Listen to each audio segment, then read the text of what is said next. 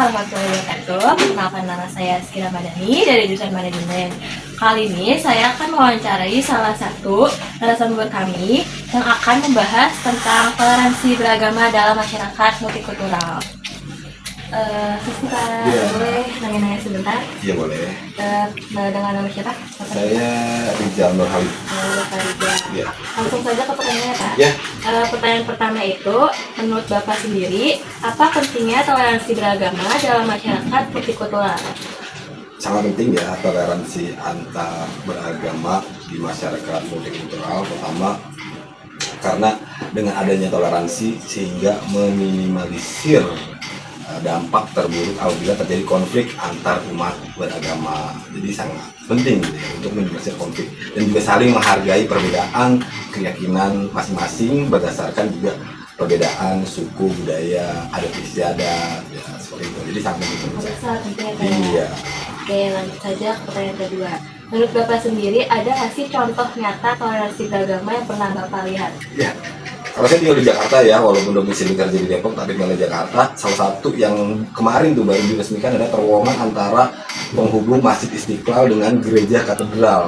Nah, itu apa namanya sih lupa terowongannya, tapi itu merupakan bentuk nyata, bentuk real pemerintah Indonesia bahwa di Indonesia itu walaupun mayoritas kita Muslim atau beragama Islam, tapi juga sangat bertoleransi dengan non-Muslim, khususnya Kristen dan Katolik, dengan dibangunnya terowongan penghubung antara Masjid Istiqlal dan Gereja Katedral.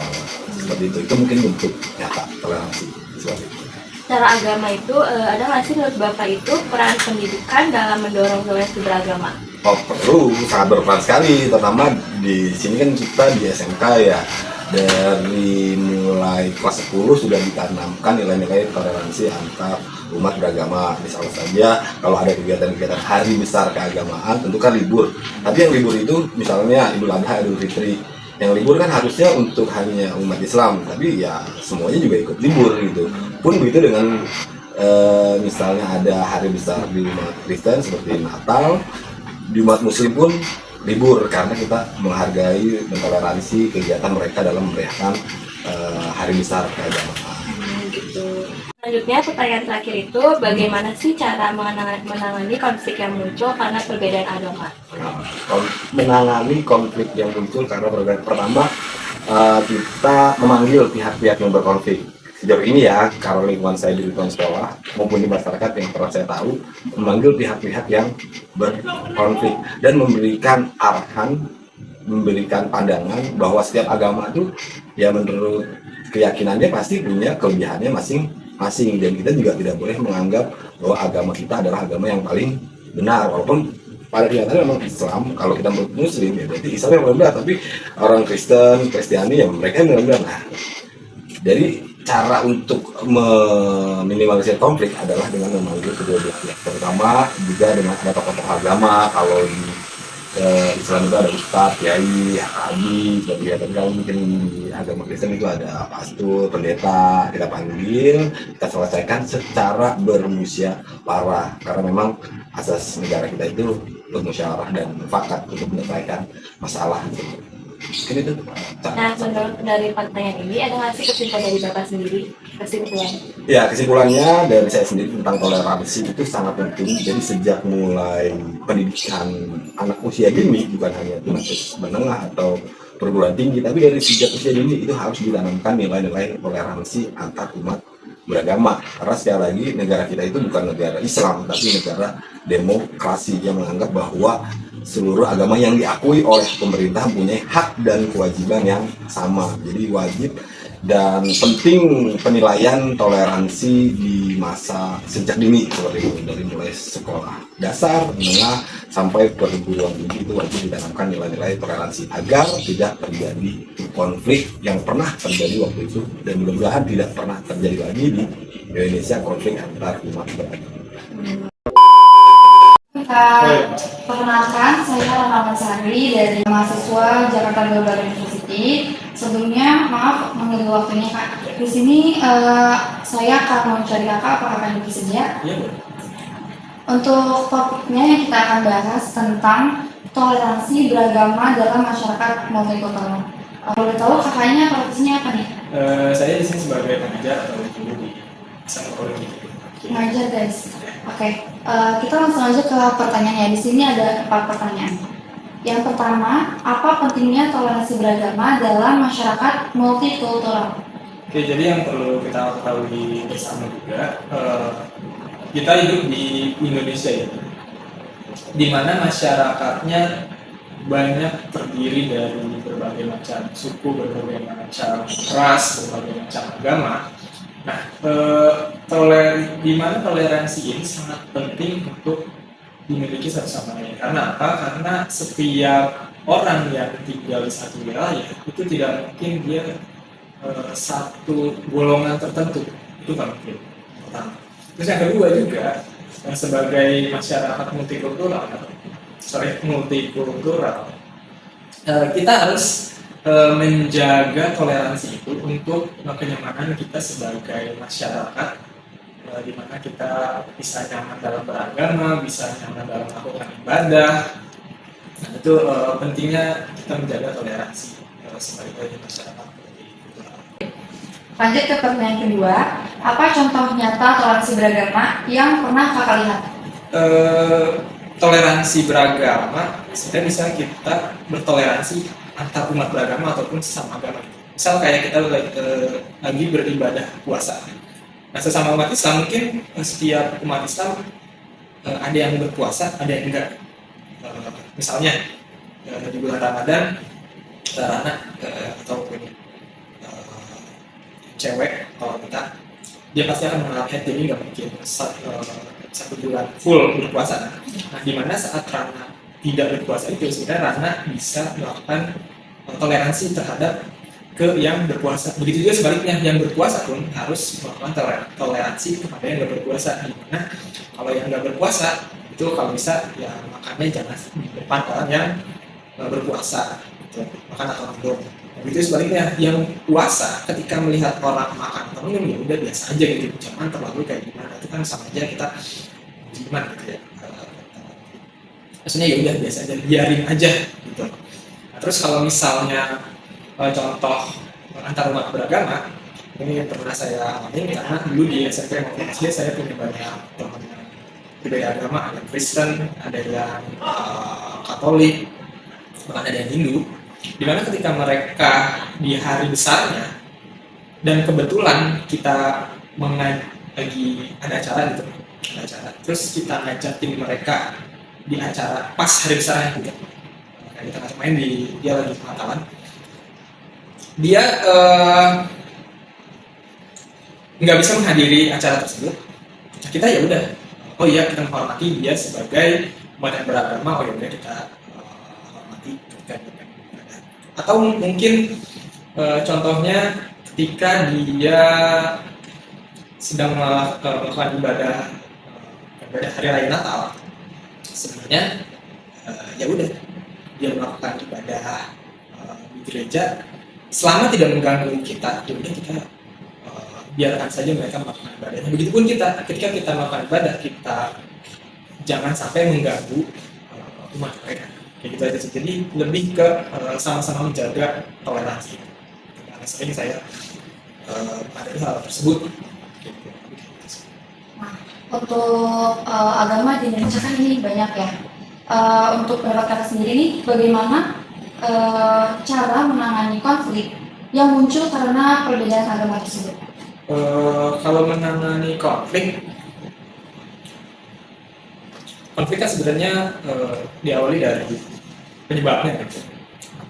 Sebenarnya penyebabnya ini yang harusnya lebih kita minimalisir. Saat penyebabnya apa? Yaitu tadi kita harus toleransi terhadap agama yang lain. Kayak yang nggak perlu lah kita musik mereka ketika mereka melakukan ibadah gitu. Dan kita ketika melakukan ibadah pun jangan sampai mengganggu kemenangan orang lain yang bukan satu agama oleh kita. Intinya saling menjaga aja satu sama lain. Ketika pun, kalaupun sudah terjadi konflik, yang perlu dilakukan adalah kedua belah pihak ini ya sama-sama saling duduk dengan kepala dingin, saling mengalah, saling rendah hati, saling mengakui kesalahannya masing-masing, itu sih yang penting. perlu dilakukan. Jadi intinya sama-sama eh, kayak bahasanya merendahkan diri aja gitu sesama. Gitu. Untuk pertanyaan terakhir, ini kan kakak sebagai pengajar nih ya. Jadi kakak tahu bagaimana peran pendidikan dalam mendorong toleransi beragama. Jadi sebenarnya kalau di sekolahan kita tahu mungkin di SD, di SMP, di SMA itu kita sering diajarin namanya toleransi, baik kepada sesama, saling menghormati itu pasti sering kita diajarkan. Nah, untuk di SMK sendiri kita selalu ingatkan kepada anak-anak kita atau murid-murid kita ketika ada yang berbeda, teman kalian ada yang berbeda, entah itu fisiknya, entah itu keyakinannya, entah itu sukunya, entah itu latar belakangnya, kita memandang teman jangan seperti itu. Jangan memandang dari hal seperti itu.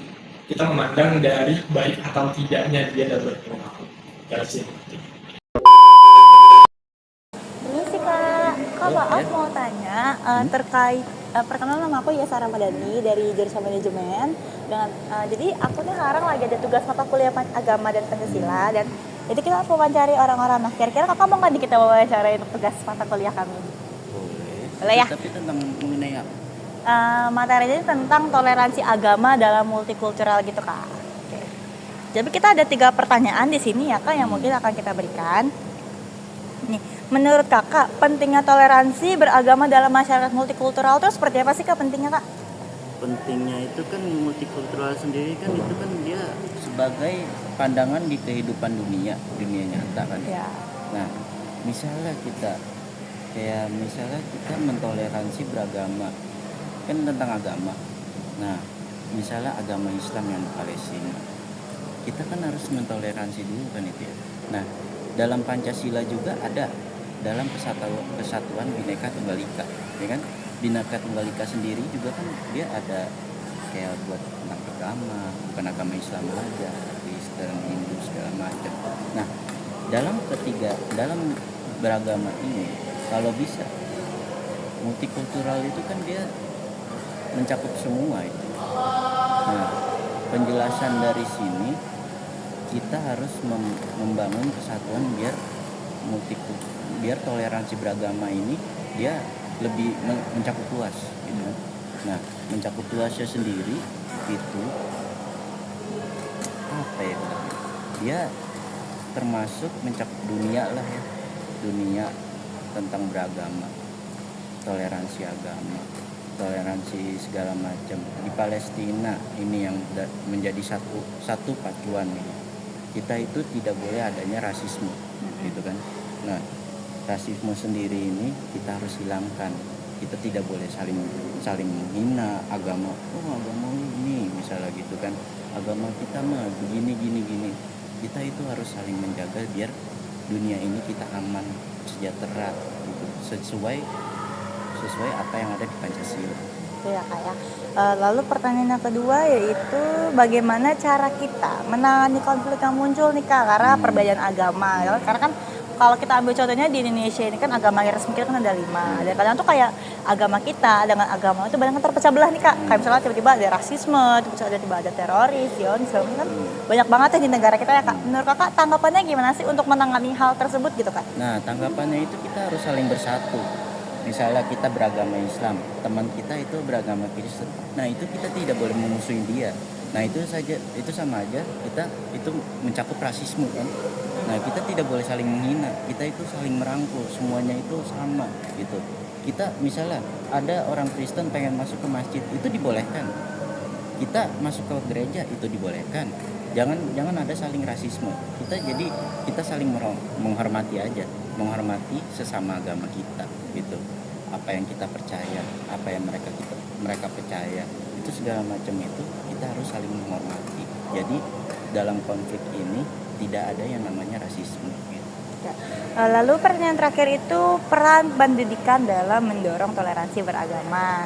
Kadang-kadang di Indonesia ini kita hanya membandingkan akademi saja. Kalau kita bandingkan ya dengan sekolah-sekolah yang kalau sekarang tuh bahasanya tuh kayak saya mendingan sekolah swasta yang elit karena lebih agamanya itu lebih mentoleran ya Kak sekarang kan. Menurut Kakak tanggapannya gimana sih Kak terkait pendidikan ini? Kalau tanggapan dengan pendidikan ini sangat penting, yaitu pacuan kita untuk tidak masuk ke dalam kumpulan-kumpulan yang ada di misalnya kayak kumpulan-kumpulan ilmu hitam gitu kan, kayak misalnya kumpulan ada banyak berbagai macam itu, dia kayak ya pokoknya semacam ilmu gaib segala macam. Nah itu dia kenapa tidak memilih dengan pendidikan yang negeri, ya seperti yang dibilang tadi, itu swasta itu emang agamanya itu tidak mencakup lebih, ya kan. Kalau negeri pasti agamanya di push terus itu. Jadi kita itu biar bisa saling menghormati. Nah, dalam pendidikan ini, pendidikan beragama, kita toleransi beragama juga termasuk biar kita tidak melakukan rasisme tersebut, ya kan. Nah, dalam toleransi beragama di pendidikan agama ini, kita ambil aja satu poin. Satu poin itu yang penting itu kita apa ya sebutannya? Kita tidak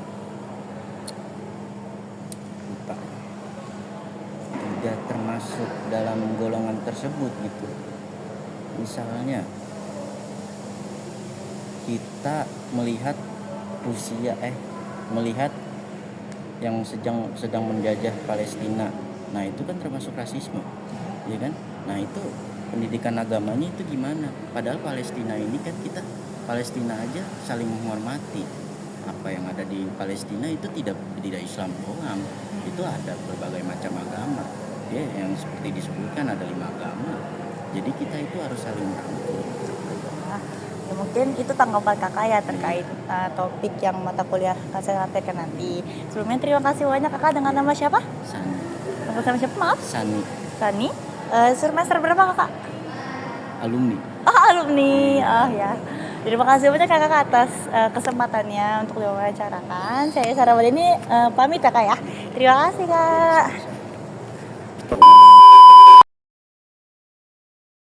Permisi Kak, kita mau wawancarai Kakak nih terkait mata kuliah agama. Kira-kira Kakaknya bisa nggak ya?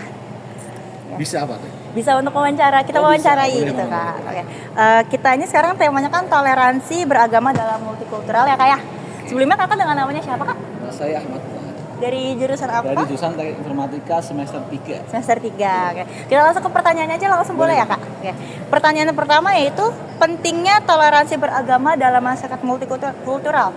Menurut Kakak itu pentingnya bagaimana sih untuk masyarakat Indonesia? Sangat penting, terutama kita berbicara mungkin dalam lingkupnya kampus dulu ya. Dalam kampus ini kampus global. Otomatis ketika kita kampus global maka kita kampus JGU ini menaungi beragam jenis manusia, mulai dari agamanya beragam, suku yang beragam, dan keyakinan juga beragam.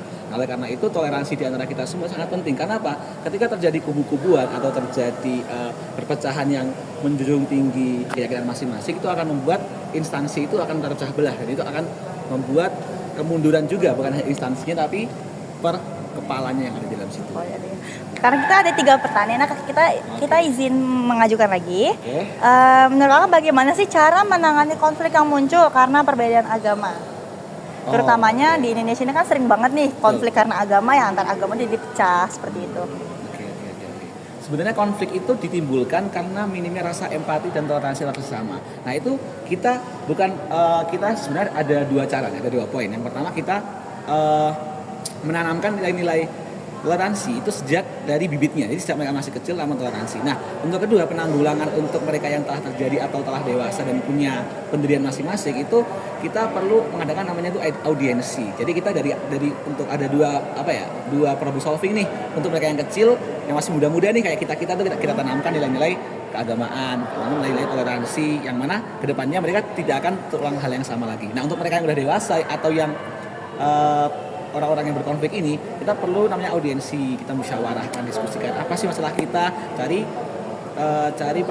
solusi bareng-bareng lah. Nah itu kita memerlukan sebuah sosok seperti itu. Oke.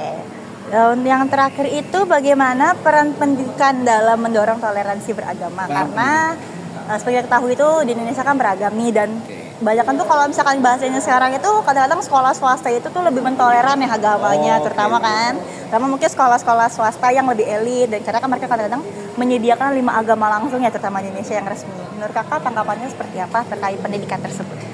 Sebenarnya pendidikan ini bagus, cuman terkadang pendidikan yang sangat ini. Pendidikan itu kan ada dua, pendidikan moral dan pendidikan akademik ya. Nah, terkadang orang tuh menganggap tuh moral itu bisa dibangun di rumah tangga aja, padahal enggak. Sebenarnya moral ini salah satu fungsi utama atau tujuan bagi sebuah sekolah juga. Di dalam SD itu ada pendidikan moralnya juga, ada pendidikan akademiknya juga, itu sampai kuliah. Tapi terkadang itu dianggap sebuah hal yang sepele atau paling cuman beginian doang, nggak terlalu penting. Padahal tanpa mereka sadari ke depannya itu mereka jadi minim etika, minim moral, dan mereka minim toleransi juga. Nah, ini menurut saya ini suatu hal yang perlu di notice atau digarisbawahi bahwa pendidikan moral itu jauh lebih penting daripada pendidikan akademik. Karena apa? Karena dalam dunia perkuliahan, dunia pekerjaan atau dimanapun itu yang dinilai adalah moral, etika terlebih dahulu. Ketika etika itu udah udah clear, udah bagus, barulah kita lihat ke akademiknya, akademik bagus, baru kita lihat track recordnya. Tapi yang paling utama adalah pendidikan moral, dan ini menurut saya harus ditekankan di pendidikan Indonesia di tingkat manapun saja. Seperti itu. Untuk 3 pertanyaan mungkin sudah selesai ya kan. Kesimpulannya, ketika kita dalam masyarakat, kita beragama dengan multikultural, yaitu kita harus memberikan penanaman moral terlebih dahulu. Indonesia itu dengan banyaknya warga negara ya, terutama teman-teman, kita harus memberikan apa sih pendidikan moral itu seperti apa? Karena kebanyakan itu mementingkan pendidikan akademik terlebih dahulu, baru pendidikan moral. Mungkin segitu saja wawancara dari saya. Terima kasih. Wassalamualaikum warahmatullahi wabarakatuh. Ya, terima kasih ya Kamus ya.